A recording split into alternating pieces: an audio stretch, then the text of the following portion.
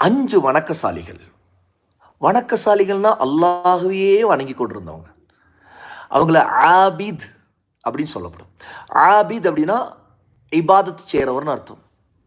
ஆபித் ஆபிதுன்னு பேர் வைப்பாங்க பார்த்தீங்களா? ஆபித்னா அல்லாஹ்வே வணங்கக்கூடியவர், அல்லாஹ்வே இபாதத் செய்கிறவர்னு அர்த்தம். அந்த மாதிரி 5 பேர் அல்லாஹ்வையே வணங்கக்கூடியவங்களா, ஆபிதா, வணக்கசாலிகளாக வாழ்ந்துக்கிட்டு இருந்தாங்க ஒரு காலத்தில். அந்த காலம் எப்போ, அது யாருடைய காலம், எந்த நபியுடைய காலத்துக்கு முன்னாடி அப்படிங்கிறதெல்லாம் நான் அப்புறம் சொல்கிறேன். 5 வணக்கசாலிகள் அல்லாஹை வணங்கி கொண்டிருந்தாங்க. அவங்களுக்குன்னு ஒரு இடம், அவங்க இபாத் செய்யறதுக்குன்னு இடங்கள் இருக்கும்ல. அவங்க அல்லாஹ்வை தொழுவாங்க, அல்லாஹு அக்பர், அல்லாஹ்வை புகழ்வாங்க, சுப்ஹான் அல்லாஹ், அல்ஹம்துலில்லாஹ், லா இலாஹ இல்லல்லாஹ், இப்படிலாம் அல்லாஹ்வை புகழ்வாங்க, தொழுவாங்க. அல்லாஹ்வுக்கு பிடிச்சதை தான் செய்வாங்க. அதனால தான் அவங்கள நல்லவர்கள்னு நம்ம சொல்லுவோம். சாலிஹூன், அவர்கள் ஒவ்வொருத்தரும் சாலிஹ். சாலிஹ் அப்படின்னா என்ன அர்த்தம் தெரியுமா? நல்லவர், குட் பர்சன் அப்படின்னு அர்த்தம். அதாவது நல்ல காரியங்களை செய்வார், அவருக்கு பேர் தான் சாலிஹ். ஓகே, அப்போ அவர்கள் எல்லாமே ஒவ்வொருத்தருமே சாலிஹாக இருந்தாங்க. சாலிஹான வாழ்க்கை, உண்மையாக இருப்பாங்க, பொய் சொல்ல மாட்டாங்க, அல்லாஹ்வுக்கு பிடிச்ச செய்வாங்க. அதுலேயும் அல்லாஹ்வை இபாத் செய்கிறதுல அவங்க அதிகமாக ஆசைப்படக்கூடியவங்களாக இருந்தாங்க. இப்படிப்பட்டவங்க அப்படின்னா எப்படிலாம் இபாத் செய்திருப்பாங்க? முதல் விஷயம் என்ன தெரியுமா? அல்லாஹ்வை இபாதத் செய்கிறதுலே மகத்தான மிகப்பெரிய விஷயம் என்னென்னா அல்லாஹோட துஆ கேட்குறது. அல்லாஹை வணங்குறது, அல்லாஹுக்காக மட்டுமே அமல் செய்கிறது, துஆ கேட்குறது, அல்லாஹுக்காக மட்டும் குர்பானி கொடுக்கறது. இப்போ பாருங்கள், நம்ம காலையில் ஆதம் அலைஹிஸ்ஸலாத்து வஸ்ஸலாமுடைய 2 மகன்களுடைய ஸ்டோரி பார்த்தோம். அந்த ஸ்டோரியில் 2 பேருமே குர்பானி கொடுத்தாங்க. யாருக்கு கொடுத்தாங்க? 2 பேருமே அல்லாஹுக்காகத்தான் குர்பானி கொடுத்தாங்க. அதில் ஹாபில், காபில் 2 பேருமே. காபில் ஒரு பாவத்தை செய்தார், கொலையே கூட செய்தார். அது ஒரு பெரிய பாவம் தான். தன்னுடைய பிரதர், தன்னுடைய சகோதரரான ஹாபிலே கொலை செய்தார், பெரிய பாவம். ஆனாலும் காபில் அல்லாஹ்வை தவிர வேறு யாரையும் வணங்க மாட்டார், அல்லாஹ்வை வணங்கக்கூடியவராக தான் அவர் இருந்தார். ஆனால் தப்பு பண்ணார்,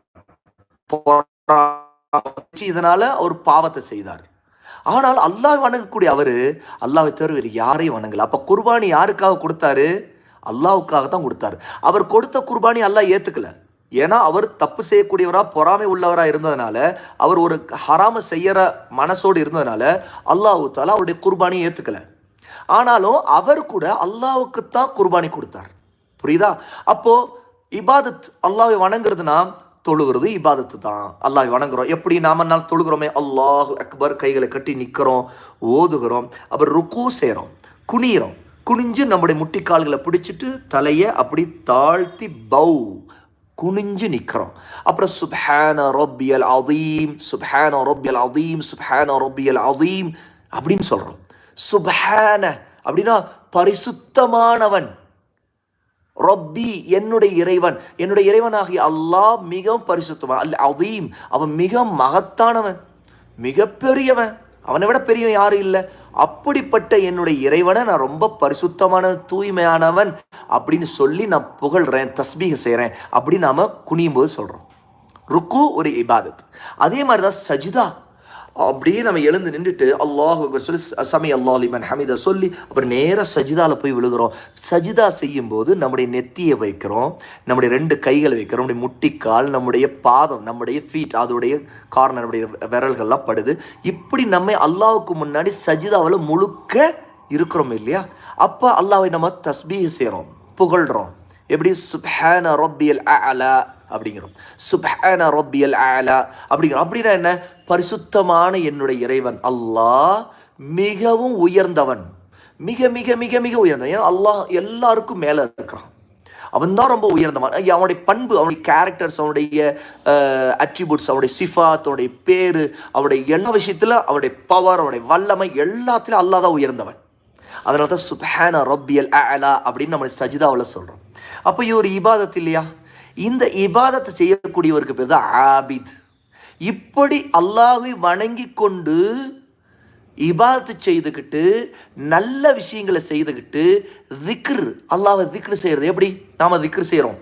சுப்ஹான் அல்லாஹ், சுப்ஹான் அல்லாஹ், சுப்ஹான் அல்லாஹ், சுப்ஹான் அல்லாஹ் செய்கிறோமா இல்லையா? பரிசுத்தமானவன் என்னுடைய இறைவன் அல்லாஹ், அல்லாஹ் மிக பரிசுத்தமானவன் அப்படி சொல்றோம். அல்ஹம்துலில்லா அல்ஹம்துலில்லா அல்ஹம்துலில்லா சொல்றோம். அப்படின்னா என்ன? அல்லாஹ்வுக்கு தான் எல்லா புகழும் எல்லா நன்றியும் அப்படின்னு சொல்றோம். ஏன்னா அல்லாஹ் தான் நமக்கு எல்லாத்தையும் படைச்சு எல்லாத்தையும் கொடுத்துருக்கிறவன். அப்புறம் அல்லாஹ் அக்பர் சொல்றோம், அல்லாஹ் தான் மிக பெரியவன் சொல்றோம்.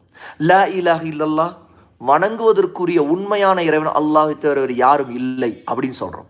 அப்ப இந்த மாதிரி திக்ரு செய்யறோம், தஸ்பீஹ், இதெல்லாம் இபாதத். இப்படியெல்லாம் யார் இபாதத்து செய்கிறாங்களோ அவங்களத்தான் ஆபிதுன்னு சொல்லுவாங்க, வணக்கசாலி. அப்போ அதிகமாக இந்த மாதிரி இபாதத்திலேயே இருக்கிறவங்கள நமக்கு பிடிக்குமா இல்லையா? அவங்கள நமக்கு ரொம்ப பிடிக்கும். ஏன் தெரியுமா? காரணம் என்ன? அவங்க அல்லாஹ்வை வணங்குறாங்க. யாருக்கெல்லாம் அல்லாஹ்வை அதிகமாக பிடிக்குமோ அவங்களுக்கெல்லாம் அல்லாஹ்வை வணங்குறவங்கள பிடிக்கும். யாரெல்லாம் அல்லாஹ்வை அதிகமா நேசிக்கிறாங்களோ அவங்க எல்லாம் அல்லாஹ்வை வணங்குறது அவங்களுக்கு ரொம்ப பிடிக்கும். அந்த மாதிரி வணங்குறவங்களையும் அவங்களுக்கு பிடிக்கும். Note the point.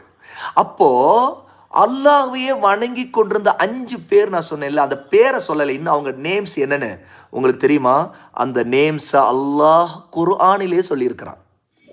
அப்படி வாழ்ந்து 5 பேர் இருந்தாங்களே, அந்த மாதிரி ஆபிதுகளுடைய பேரை அல்லாஹ் குர்ஆனிலே சொல்லியிருக்கிறான். அந்த பேரை சொல்றதுக்கு முன்னாடி நான் ஏன் இந்த விஷயத்துல சொல்றேன்னா, ஆபித் அப்படின்னா அல்லாஹ் வணங்கக்கூடியவராக இருந்தால் தான் அவர் ஆபித்.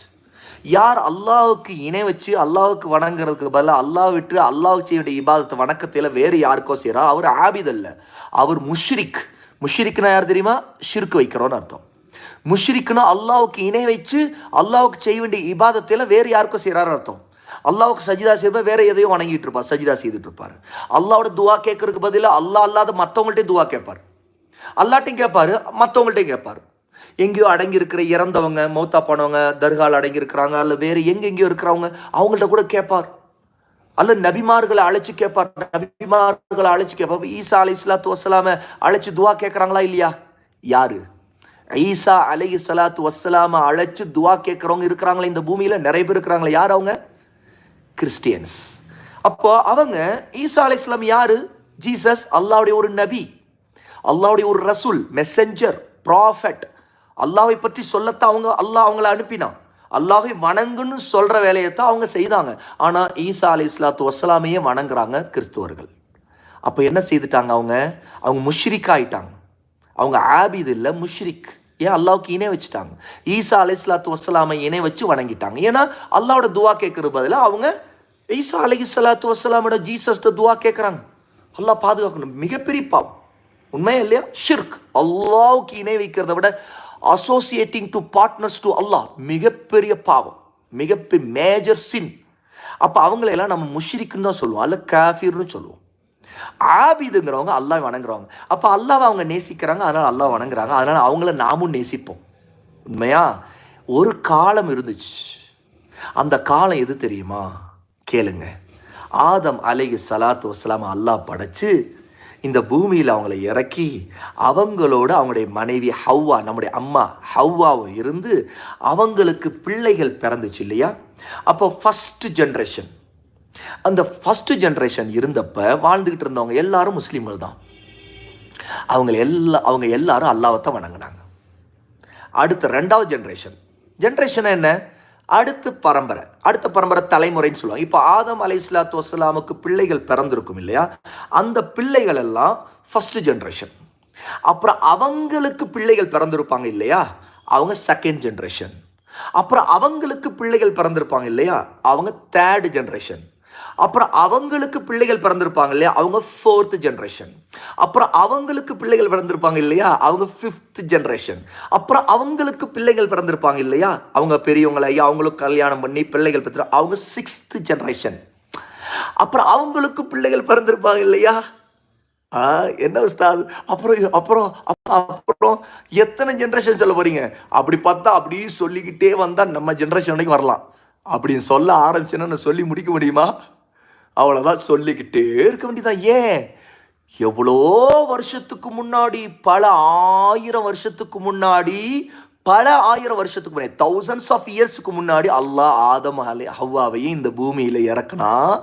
இந்த பூமி இருந்துச்சு, அப்போ இதே மாதிரி இருந்துச்சு. அந்த ஜென்ரேஷன்ல இருந்து பார்த்தா நம்ம எத்தனை ஜெனரேஷன் சொல்றது. அப்புறம் இந்த உலகத்துல உலகம் முழுக்க எவ்வளோ மக்கள் இருக்கிறாங்க, எவ்வளோ ரிலீஜியன் பீப்புள் இருக்கிறாங்க. இந்துக்கள், ஹிந்துஸ் இருக்கிறாங்க, கிறிஸ்டியன்ஸ் இருக்கிறாங்க, புத்திஸ்ட் இருக்கிறாங்க. எதையோ யாரையோ வணங்கிக்கிட்டு இருக்கிறாங்களா இல்லையா? நாம முஸ்லீம்ஸ், நம்ம அல்லாஹ்வை தவிர யாரையும் வணங்க மாட்டோம். அல்லாஹ்வை மட்டும்தான் வணங்குவோம். ஏன்னா நம்ம முஸ்லீம்ஸ், லா இலாஹ இல்லல்லாஹ் சொன்னவங்க. நாம வணங்குவதற்கு தகுதியான இறைவன் அல்லாஹ்வை தவிர வேறு யாரும் இல்லை அப்படின்னு நம்ம சொல்றோம். அதான் நம்முடைய கலிமா, ஷஹாதா, லா இலாஹ இல்லல்லாஹ். ஆனா இன்னைக்கு இந்த உலகத்துல எது வேணாலும் வணங்குறவங்க இருக்க தானே செய்யறாங்க. இப்போ எத்தனையோ ஜென்ரேஷன் வந்துருச்சு. இந்த நாம பார்க்குற இந்த ஜென்ரேஷன்ல இப்போ நாம வாழ்ந்துகிட்டு ஜென்ரேஷன் ஒரு ஜென்ரேஷன். இப்போ நம்முடைய ஜென்ரேஷனா, இப்போ உங்க அம்மா அத்தா ஒரு ஜென்ரேஷன், அவங்களுக்கு முன்னாடி தாத்தா பாட்டி அவங்க ஒரு ஜென்ரேஷன், அவங்களுக்கு அம்மா அத்தா இருந்திருப்பாங்கல்ல, அவங்க ஒரு ஜென்ரேஷன். இப்படிலாம் பார்க்க இப்போ நாம ஒரு ஜென்ரேஷன். புரியுதா? இப்ப நாம பார்க்கும்போது இன்னைக்கு உலகத்தை நல்லா பாருங்க. ஆபிதுன்னு யார் உண்மையிலே இருக்கிறவங்கன்னா, அல்லாஹ்வே வணங்குறவங்க தான் ஆபித். அல்லாஹ்வே அதிகமாக வணங்குறவங்க. ஓகேயா? ஆனால் அல்லாஹ்வை வணங்காதவங்க இந்த பூமியில் நிறைய இருக்கிறாங்க. அப்போ நிறைய சிலைகளை, என்ன ஐடால்ஸ், ஸ்டாச்சூஸ் வணங்குறாங்க. எத்தனையோ கல்லில் செய்யப்பட்ட சிலை, மண்ணில் உருவம் கொடுத்து முகம், கை, கால், உடம்பு எல்லாம் கொடுத்து வணங்குறவங்க நிறைய பேர் இருக்கிறாங்க இல்லையா?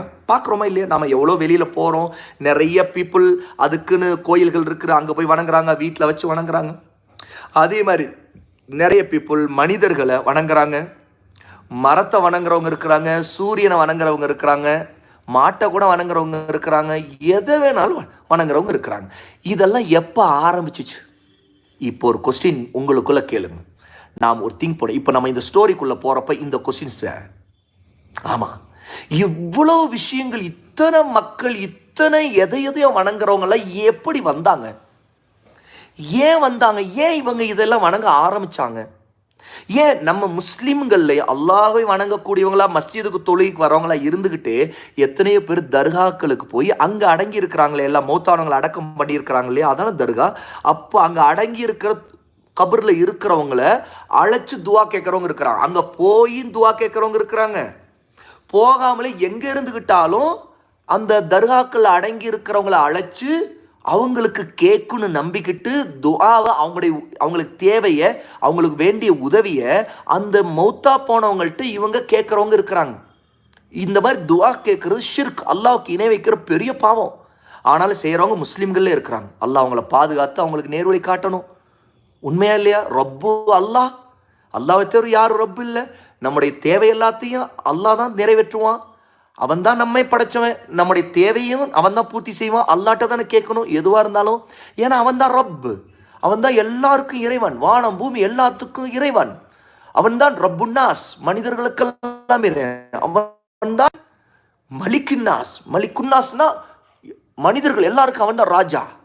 அப்படிப்பட்ட அல்லாட்ட கேட்கறத விட்டுட்டு மற்றவங்கள்ட்ட கேட்கறது இருக்குது இல்லையா? இறந்தவங்கள்ட்ட கேட்கறது, அது ஷிர்க்கு இல்லையா?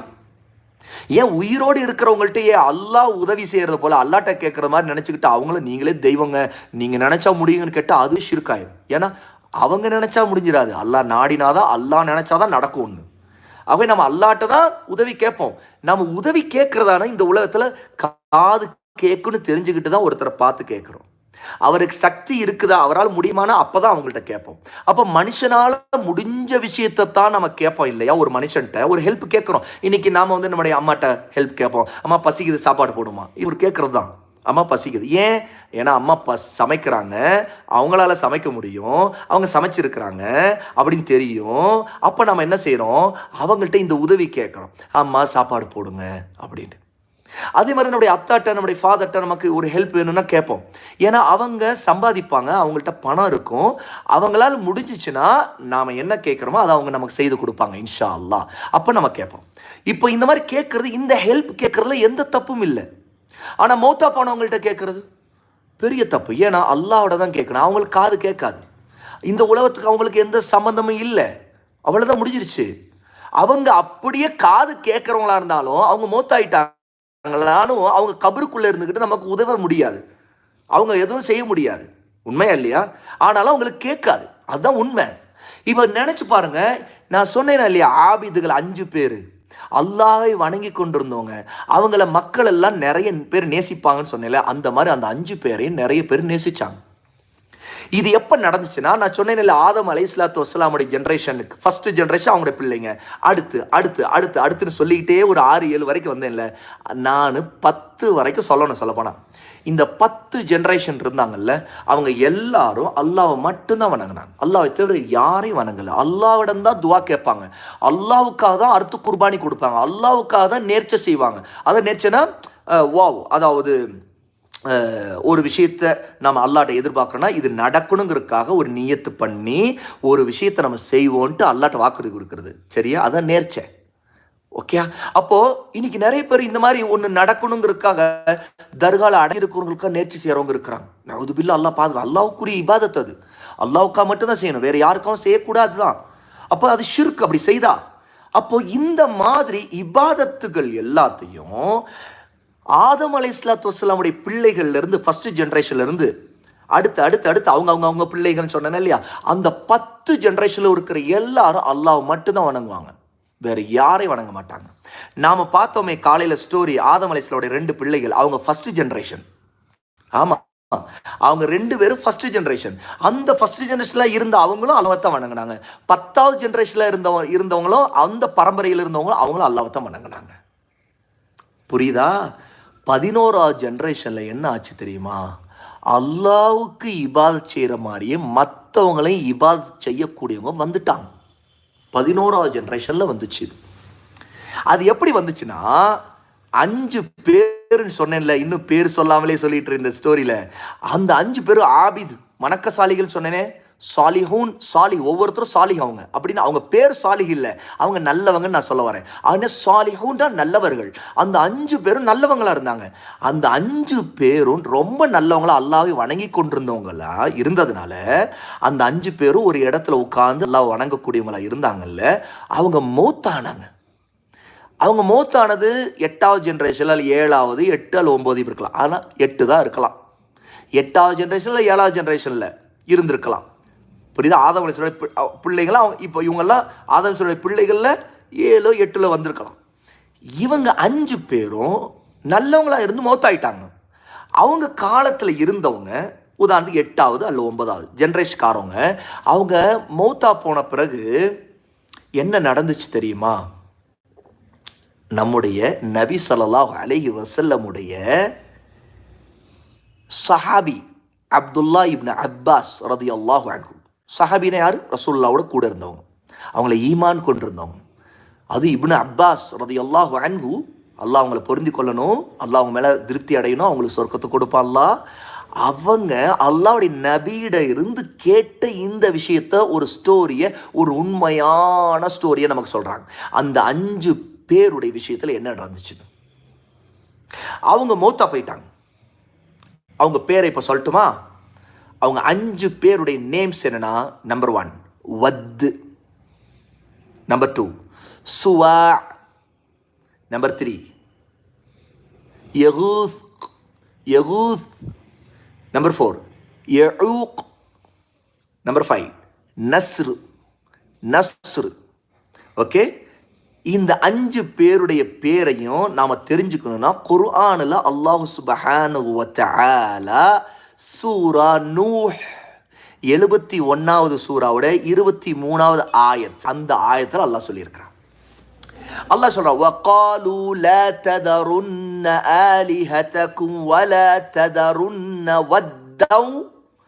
முதல் நேம் வருது வத், வத்தௌ வலா சுவா ولا سواع ولا يغوث. பாருங்க, யகூஸ், ولا يغوث ويعوق ونسرا. 5 பேர், வத், சுவா, யகூஸ், யஊக், நஸ்ர். ஓகே, நஸ்ர் இல்லை நஸ்ர். ஓகே, சீன் வரும். அந்த ஆயத்தில் இந்த 5 பேர் அல்லாஹ் சொல்றான். இதை ஏன் அல்லாஹ் இங்கே சொல்லியிருக்கான் தெரியுமா? அல்லாஹு தஆலா நூஹ் அலைஹிஸ்ஸலாத்து வஸ்ஸலாம அல்லாஹ்வுடைய ரசூலா, ஃபர்ஸ்ட் மெசஞ்சரா அல்லாஹ் அனுப்பினான் இந்த பூமியில். எதுக்கு அனுப்பினான்னா, இந்த 5 பேர் சொன்னேனே, இவங்களை வணங்குறவங்களா இந்த 10 ஜெனரேஷனுக்கு பிறகு வந்த 11வது ஜெனரேஷன்ல மாறிட்டாங்க மக்கள். எந்த ஜெனரேஷன்? ஆதம் அலைஹிஸ்ஸலாமுடைய பிள்ளைகளை 10 ஜெனரேஷன்ல எல்லாமே ஹக்குல, சத்தியத்துல, தௌஹீதுல அல்லாஹ்வை வணங்கக்கூடியவங்களா இருந்தாங்க.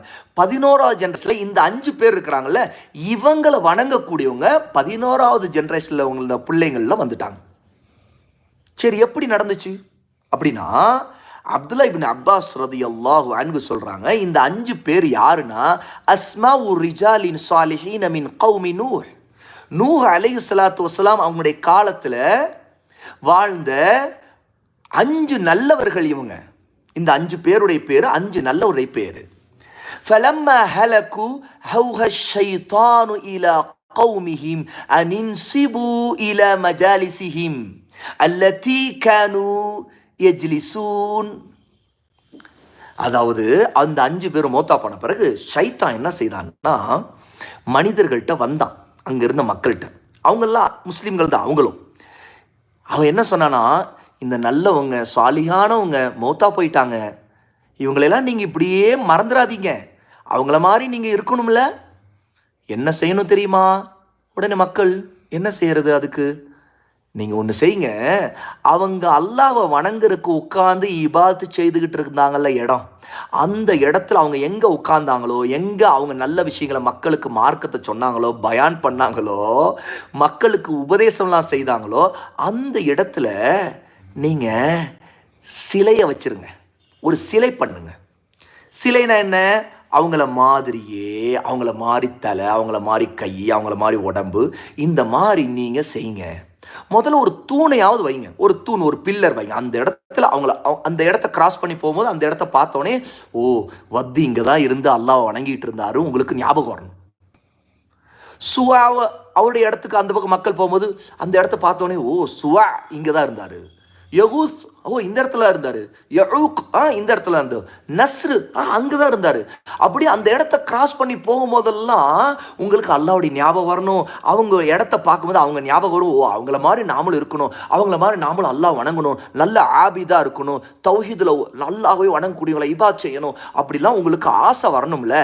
அதனால இப்படி பண்ணுங்களேன் அப்படின்னு ஷைத்தான் முதல்ல அவங்களுடைய உள்ளத்தில் போட்டான், அவங்களுடைய மனசில் போட்டான். ஷைத்தான் இப்படித்தான் பல விஷயங்களை ஷைத்தான் என்ன செய்வான்னா, நாம் தப்பு செய்யக்கூடாதுன்னு இருப்போம்ல, அந்த தப்பு செய்ய வைக்கிறதுக்கு அதுக்கு எது வழியாக இருக்குமோ அங்கே முதல்ல லிங்க் பண்ணி விடுவான். ஆனால் நாம் அதை முதல்ல தப்பாக நினைக்க மாட்டோம். ஆமாம் இது தப்பு இல்லை, நல்ல விஷயத்தானே செய்கிறோம் அப்படி நம்ம நினைப்போம்.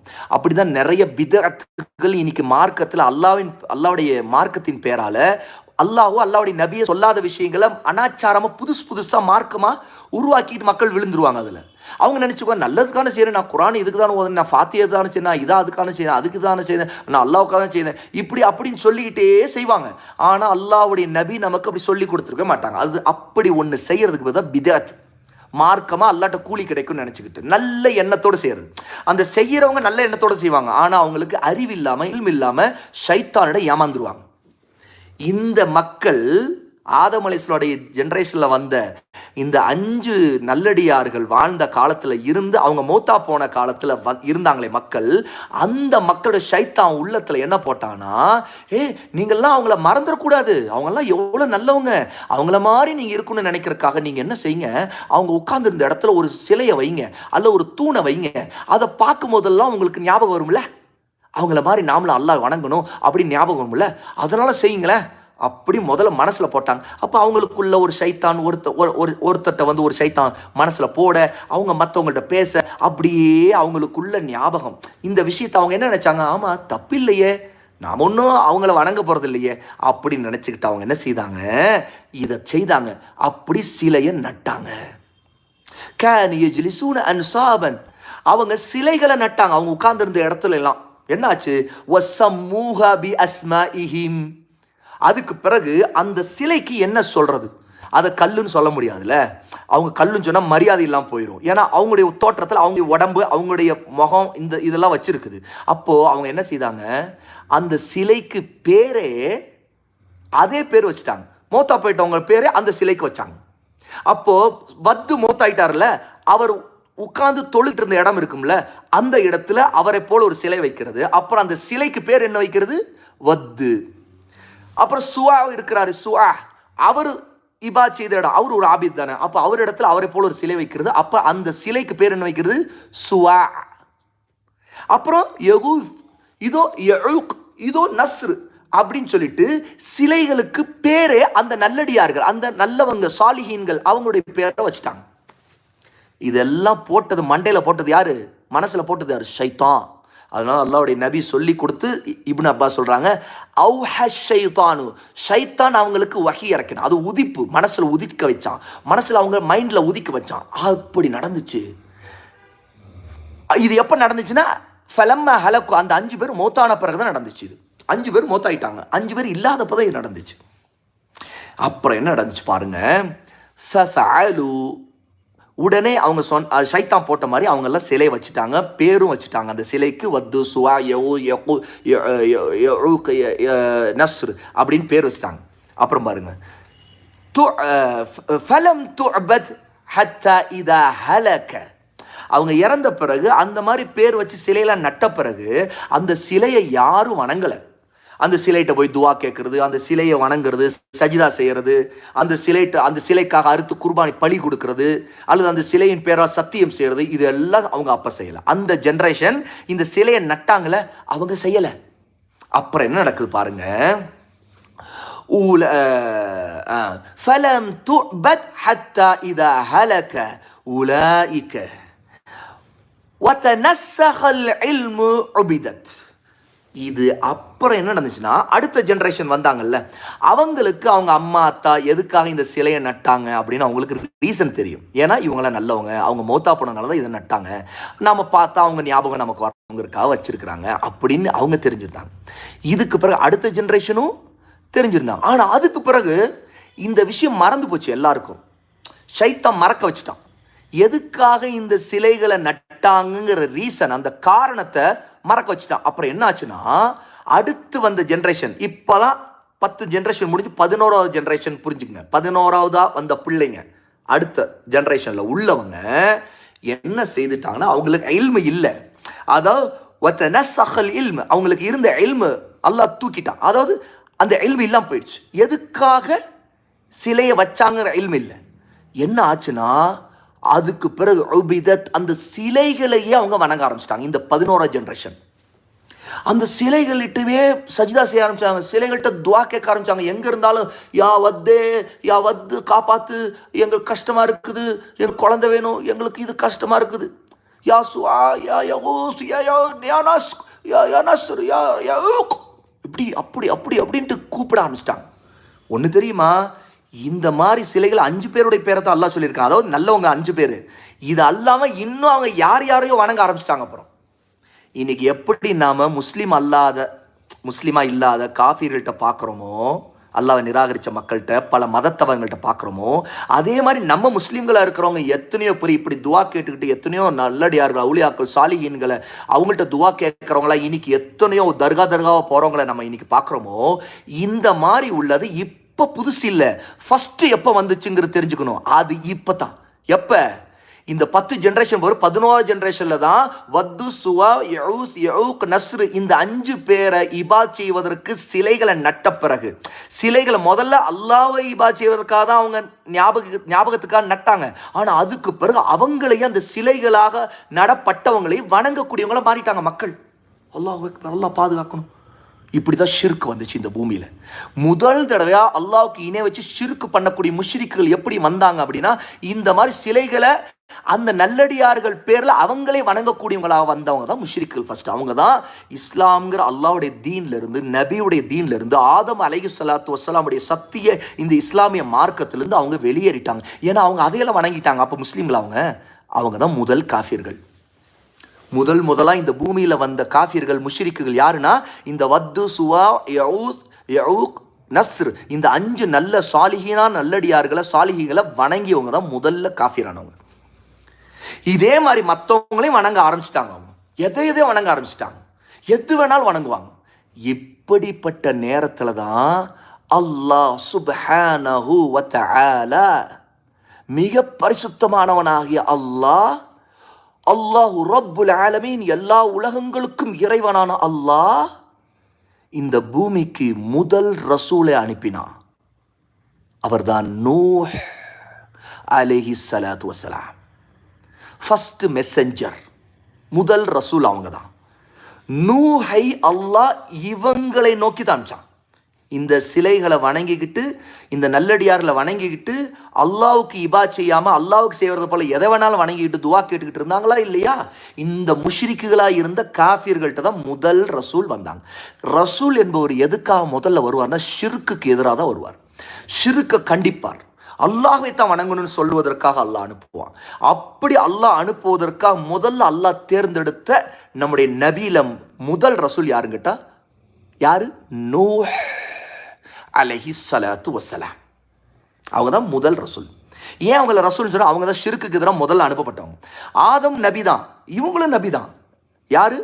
நபி நூஹ் அலைஹிஸ்ஸலாத்து. இவங்களும் ஒரு நபி தான், ரசூலும் தான், இவங்க நபியும் தான். ஆனா இவங்க நபி மட்டும் இல்ல, ரசூலும் கூட. ஏன்னா இவங்க ஷிர்க்குக்கு எதிராக அல்லாஹ் அனுப்பிய ஒரு நபி. இவங்க வந்து அங்கிருந்த மக்கள், அப்ப வாழ்ந்துகிட்டு இருந்த மக்கள் எல்லாரையும் நோக்கி யா கௌமி உபுதுல்லாஹ் மா லக்கும் மின் இலாஹின் கைரு அப்படின்னு சொன்னாங்க. யா கௌம், என்னுடைய கௌமே, என்னுடைய சமுதாயமே, உபுதுல்லாஹ், அல்லாஹ்வை வணங்குங்கள், மா லக்கும் மின் இலாஹின் கைரு, அல்லாஹ்வை தவிர்த்து வணக்கத்திற்கு தகுதியான இறைவன் உங்களுக்கு வேறு எவனும் இல்லை. அப்படி இருக்கும்போது நீங்க ஏன் வத்த வணங்குறீங்க? ஏன் சுவாவை வணங்குறீங்க? ஏன் யகூஸ வணங்குறீங்க? ஏன் யஊக்க வணங்குறீங்க? ஏன் நஸ்ர வணங்குறீங்க? அப்படின்னு சொல்லிட்டு அவங்க தான் அந்த மக்கள் மத்தியில போய் அல்லாஹ் அனுப்பின பிறகு அவங்க அல்லாஹ்வின் பக்கம், தௌஹீதின் பக்கம், அல்லாஹ்வை வணங்குவதின் பக்கம் அழைச்சாங்க. யார்? நபி நூஹ் அலைஹி ஸலாத்து வஸலாம். அவங்களுக்கு அல்லாஹ் கொடுத்த கண்ணியம் என்ன? அவங்க தான் முதல் ரசூல். கடைசி ரசூல் யாரு? நம்முடைய நபி முஹம்மது ஸல்லல்லாஹு அலைஹி வஸல்லம். அவங்க தான் கடைசி ரசூல். ஓகே, இப்போ கவனமா கேளுங்க. இந்த ஸ்டோரியோட எண்ட் இதுதான். இதுக்கு பிறகு நூஹ் அலைஹிஸ்ஸலாத்து வஸலாம் எப்படி தாவா அல்லாஹ்வின் பக்கம் மக்களை அழைச்சாங்க, அது ஒரு ஸ்டோரி இருக்குது. ஆனால் அதை நான் அப்பப்போ வேற டைமில் சொல்றேன். நான் உங்களுக்கு சொல்ற ஸ்டோரிஸ் வந்து அப்படி கண்டினியூவாக நபிமார்கள் ஸ்டோரிஸே சொல்லலை. ஏன்னா அது தனி டாபிக். ஏற்கனவே பேசியிருக்கேன். நூஹ் அலைஹிஸ்ஸலாமுடைய ஸ்டோரி கூட இருக்குது நம்முடைய வாவ் அகாடமி சேனல் பிளேலிஸ்ட்டில். சுட்டி நபிமார்கள்னு ஒரு தலைப்பு இருக்கும். அந்த பிளேலிஸ்ட்டில் போனீங்கன்னா நூஹ் அலைஹிஸ்ஸலாமுடைய வரலாறு அதில் கொஞ்சம் பேசியிருக்கு. ஆதம் அலைஹிஸ்ஸலாம் ஹிஸ்ட்ரி ஃபுல்லாகவே இருக்கும். ஆனால் இப்போ இங்கே தெரிய வேண்டியதுன்னா, இந்த ஸ்டோரியில் எப்படி இந்த பூமியில் முதல் தடவையாக அல்லாஹ்வுக்கு இணை வைக்கக்கூடிய ஷிர்க் வந்துச்சு, ஷைத்தான் எப்படி ஏமாற்றி மக்களை முட்டாளாக்கி அடுத்து வரக்கூடிய ஜென்ரேஷன், அந்த மக்கள் தெளிவாக இருந்தால் அடுத்து வரக்கூடிய ஜென்ரேஷன்கிட்ட ஷிர்க்கை கொண்டு வந்தான். அப்போ ஷைத்தான் என்ன செய்தான்?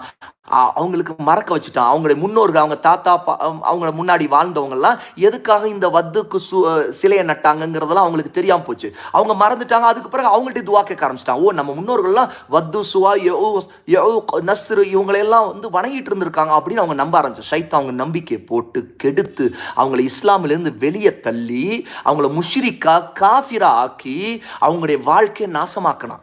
அந்த நேரத்தில் தான் அல்லாஹ் தஆலா அவங்களுக்கு நேர்வழி காட்டுறதுக்காக நபி நூஹ் அலைஹிஸ்ஸலாத்து வஸலாம் முதல் ரசூலாக அல்லாஹ் அனுப்பினான். இந்த ஸ்டோரி நம்ம இதோட இப்ப நிறுத்துறோம். இன்ஷா அல்லாஹ்.